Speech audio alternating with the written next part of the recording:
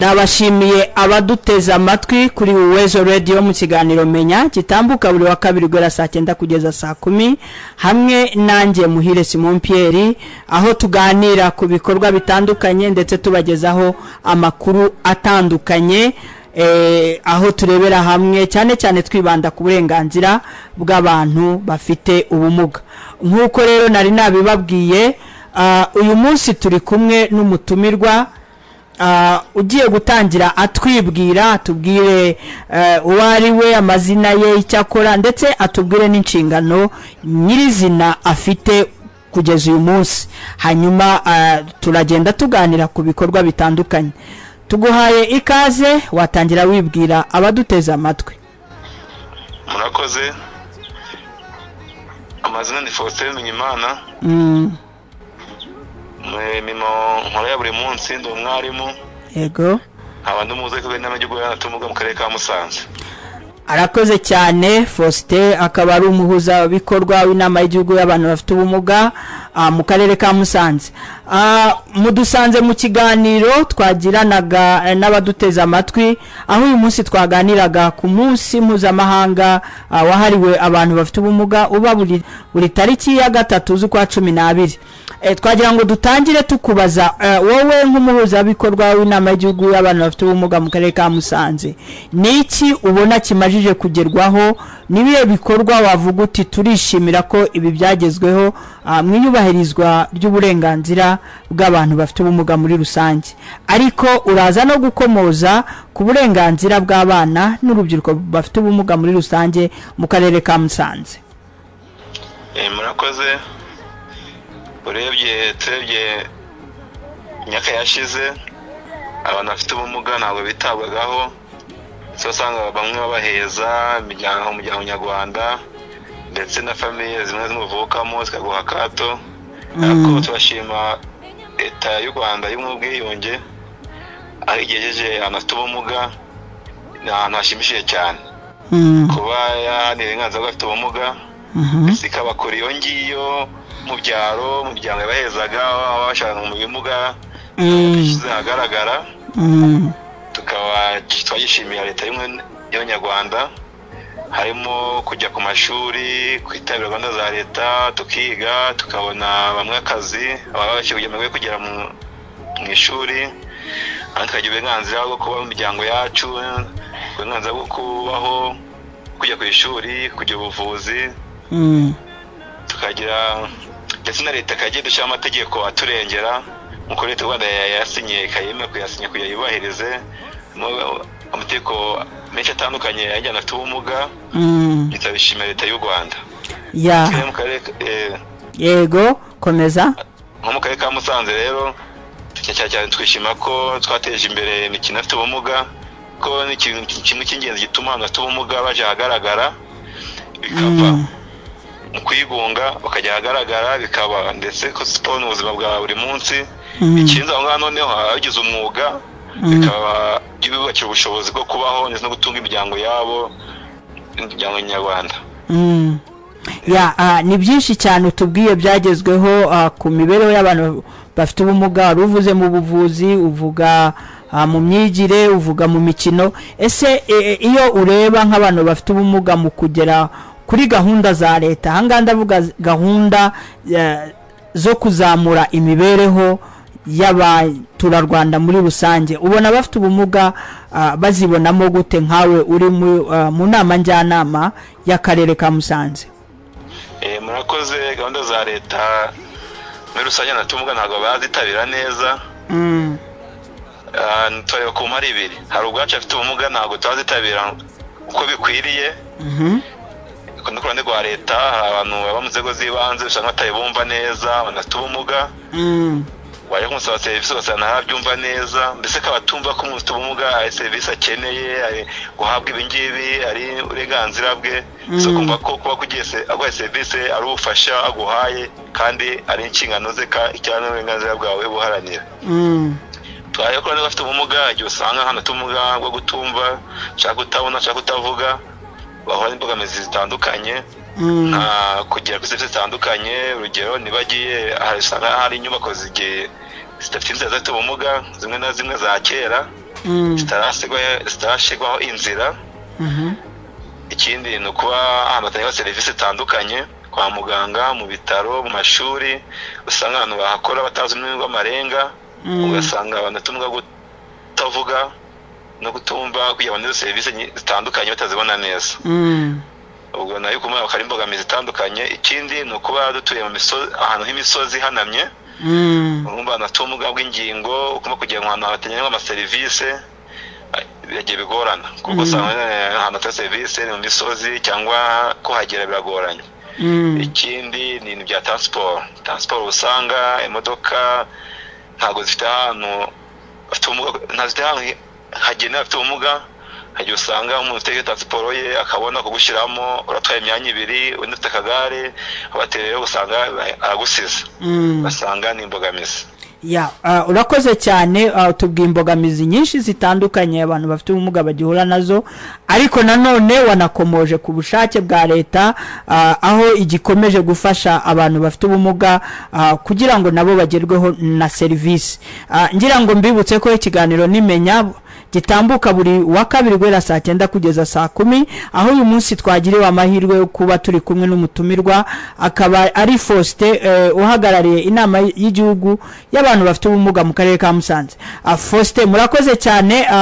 Ikindi kibazo nakwibaza, ese ubona ari izihe mpamvu zigituma abantu bafite ubumuga bamwe na bamwe bakitinya, badashaka kugera ahagaragara kugira ngo bagire uruhare mu bikorwa bibera aho batuye? Ni izihe mpamvu zihishe inyuma y'abafite ubumuga kwiheza ubwabo?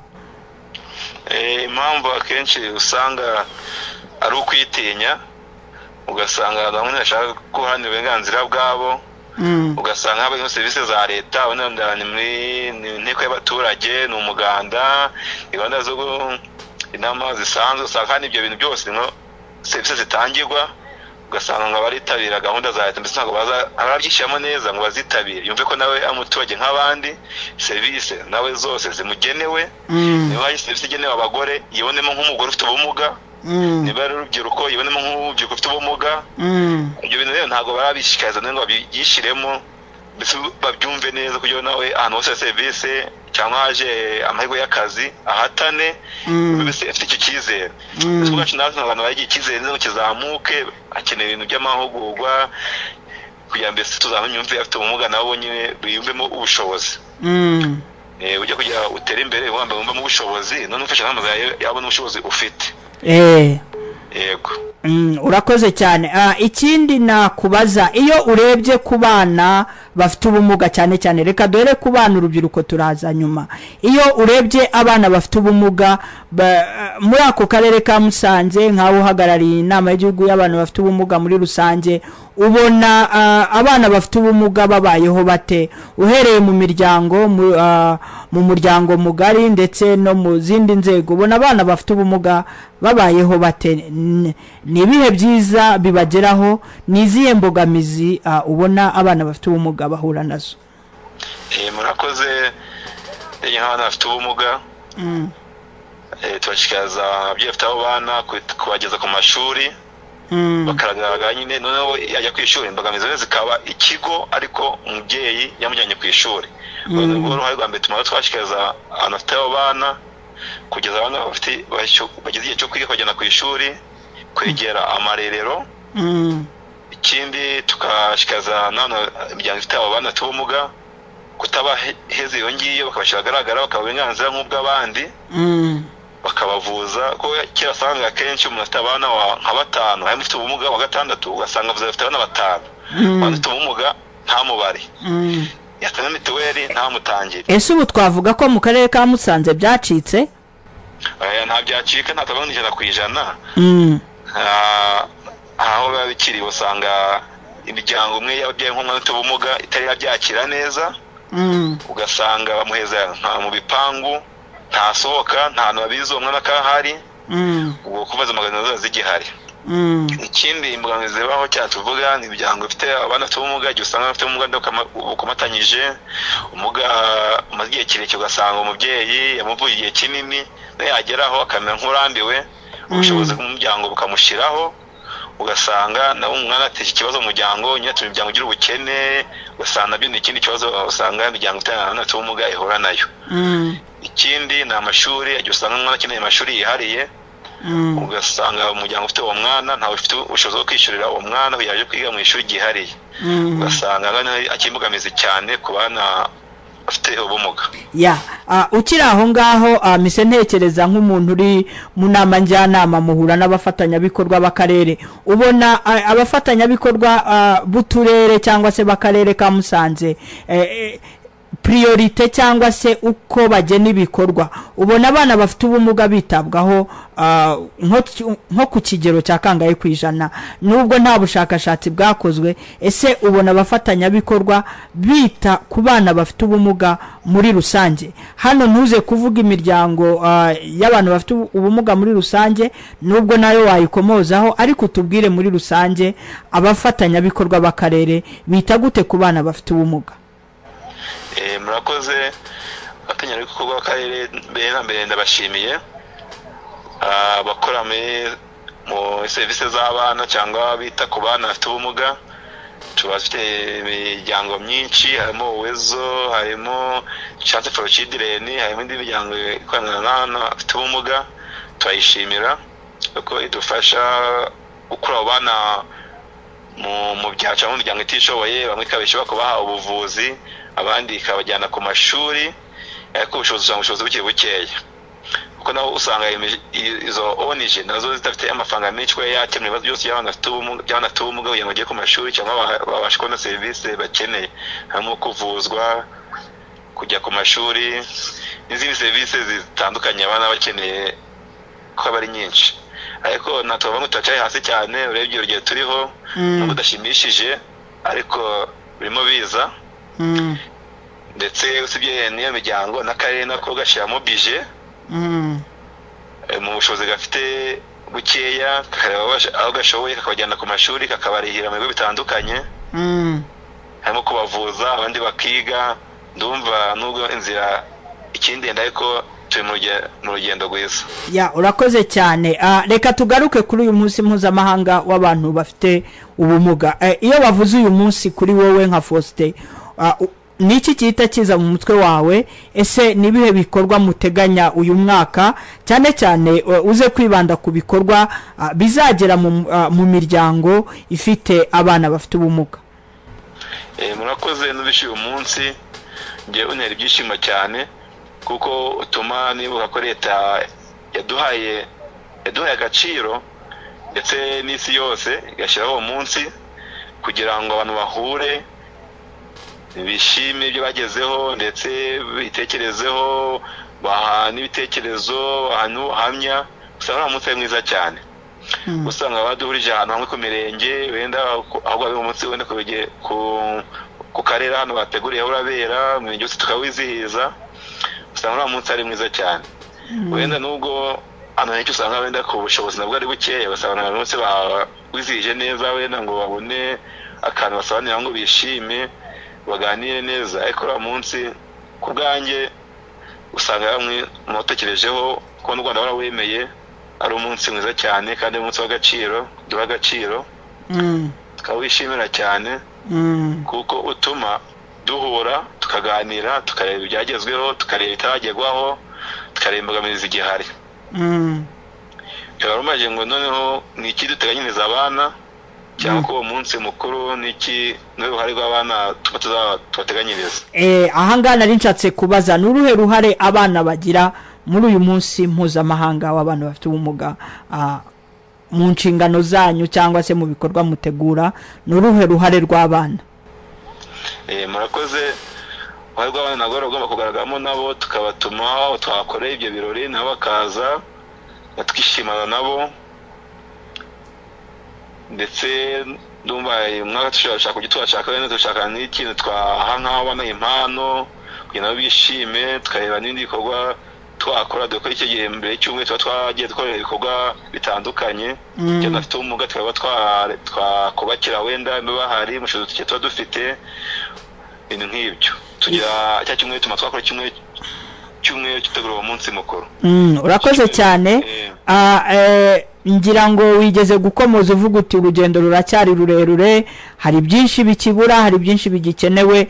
N'icyo usaba imiryango ifite abana bafite ubumuga aho batuye, n'icyo usaba inzego za leta, aho watubwiye uti hari abakozi bamwe na bamwe muri leta batari bumva neza ko ufite ubumuga ashoboye cyangwa se umwana ufite ubumuga ashoboye. N'icyo basaba, n'icyo usaba imiryango itari iya leta, ama NGOs, kugira ngo babashe kwimakaza uburenganzira bw'umwana ufite ubumuga mu bikorwa bakora.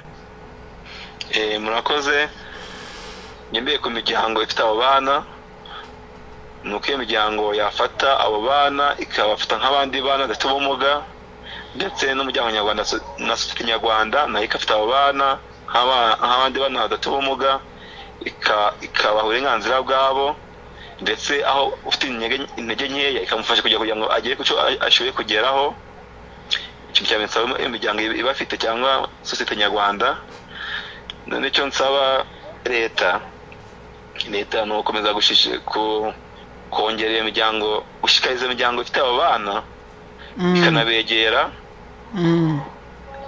noneho adafite ubushobozi ikareba uburyo yabongerera ubushobozi, ko agiye usanga n'ibyiciro nabyo bibaye ikibazo. Usanga umubyeyi cya gatatu afite uwo mwana cyangwa abana babiri, ntashoboye kujyana kubavuza, ntashoboye kujyana ku ishuri, ikabareba n'umuryango ikaba yashaka uburyo yabasha gahunda zihariye, nabo ikabasha gahunda yabo yihariye.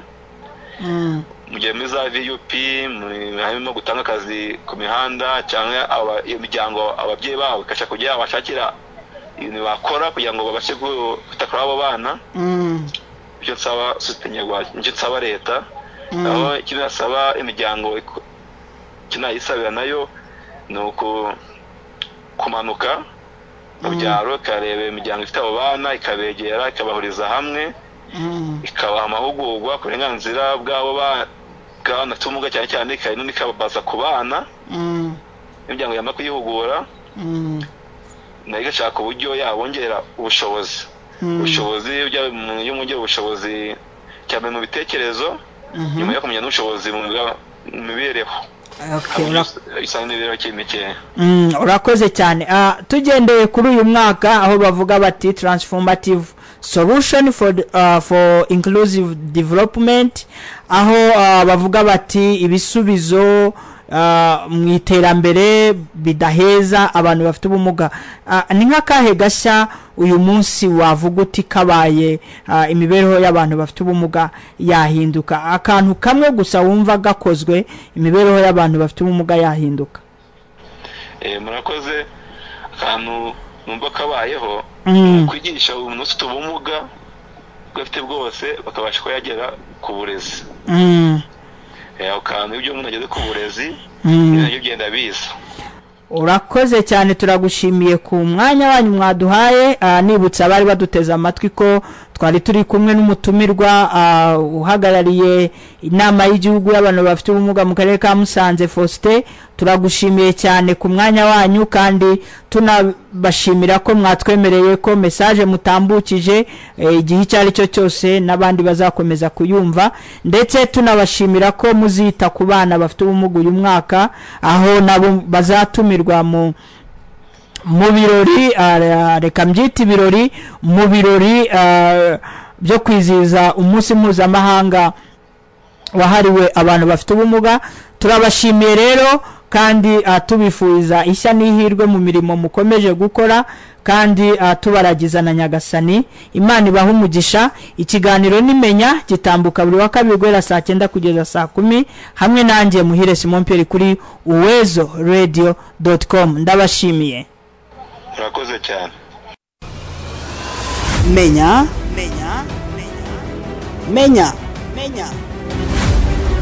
mu kiganiro Menya tuzajya tumenya amakuru atandukanye, harimo uburenganzira bw'abana n'urubyiruko bafite ubumuga, gahunda za leta zireba abana n'urubyiruko bafite ubumuga, ndetse n'izindi gahunda zose zagirira abafite ubumuga akamaro. Kurikira ikiganiro Menya buri wa kabiri guhera saa 9 kugeza saa 10 za nimugoroba, hamwe na Muhire Simon Pierre kuri uwezoradio.com.